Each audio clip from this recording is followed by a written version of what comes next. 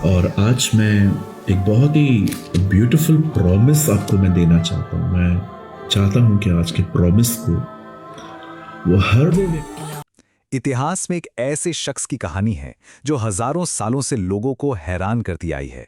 एक ऐसा इंसान जिसकी कभी मौत ही नहीं हुई। जी हां, हम बात कर रहे हैं हनोक की। तो चलिए इस असाधारण जीवन की गहराई में उतरते हैं। अगर आप बाइबल की वंशावलियां पढ़ें तो एक चीज बार बार नजर आती है।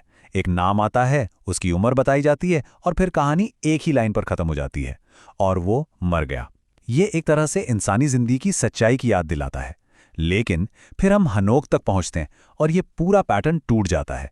उनके लिए लिखा है, परमेश्वर ने उसे उठा लिया। बस ये कुछ शब्द सब कुछ बदल देते हैं।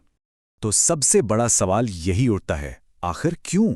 हनोक में ऐसा क्या खास था कि उन्हें मौत का सामना ही नहीं करना पड़ा?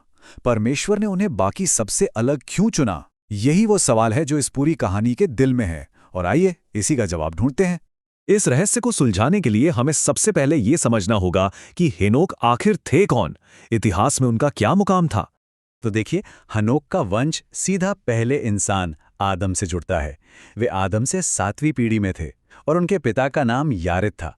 और एक और दिलचस्प बात, वे मथुशैल के पिता थे। जी, वही मथुशैल जिनका नाम बाइबल में सबसे लंबा जीवन जीने वाले इंसान के तौर पर दर्ज है। तो कहना पड़ेगा, ये परिवार वाकई में काफी असाधारण था। तो फिर हनोक को क्या चीज इतनी खास बनाती थी? इसका जवाब पता है, एक बहुत ही सरल लेकिन गहरे वाक्य में छिपा है जो उनकी जिंदगी को बयां करता है। वो परमेश्वर के साथ चला। उत्पत्ति की किताब में ये वाक्य एक नहीं बल्कि 2 बार आता है। ये इस बात पर जोर देता है कि ये कोई 1-2 दिन की बात नहीं थी, बल्कि ये उनके जीने का तरीका था, उनकी आदत थी। हनोक परमेश्वर के साथ चलता रहा। ये लाइन ही मानो उनके पूरे वजूद का निचोड़ है। तो इस परमेश्वर के साथ चलने का असली मतलब क्या था?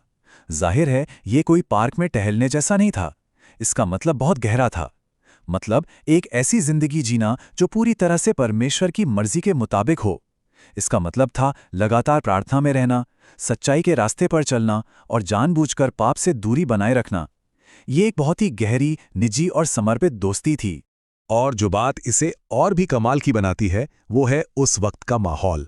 हनूक ये सब एक ऐसे समय में कर रहे थे जब दुनिया में चारों तरफ पाप और बुराई बढ़ती ही जा रही थी। जरा सोचकर देखिए, जब आपके चारों तरफ सब गलत रास्ते पर हों तब सही बने रहना कितना मुश्किल होता होगा। उन्होंने दुनिया की धारा के खिलाफ जाने का फैसला किया और ये उनके किरदार की जबरदस्त ताकत को दिखाता है। अब आते हैं कहानी के सबसे हैरान कर देने वाले हिस्से पर, हनोक का इस दुनिया से जाना। एक ऐसा जाना जैसा किसी और का नहीं हुआ। ये शब्द अपने आप में बहुत शक्तिशाली और रहस्यमयी है। और फिर वो न रहा, जैसे अचानक कोई गायब हो गया हो। कोई बीमारी का जिक्र नहीं, कोई बुढ़ापे की बात नहीं, कोई मौत नहीं। बस एक पल वो यहां था, परमेश्वर के साथ चल रहा था, और अगले ही पल परमेश्वर ने उसे अपने पास ले लिया। इसका सीधा सा मतलब यह है कि हनोक की मौत हुई ही नहीं। परमेश्वर ने उन्हें मौत की तकलीफ से गुजारे बिना सीधे अपने पास बुला लिया।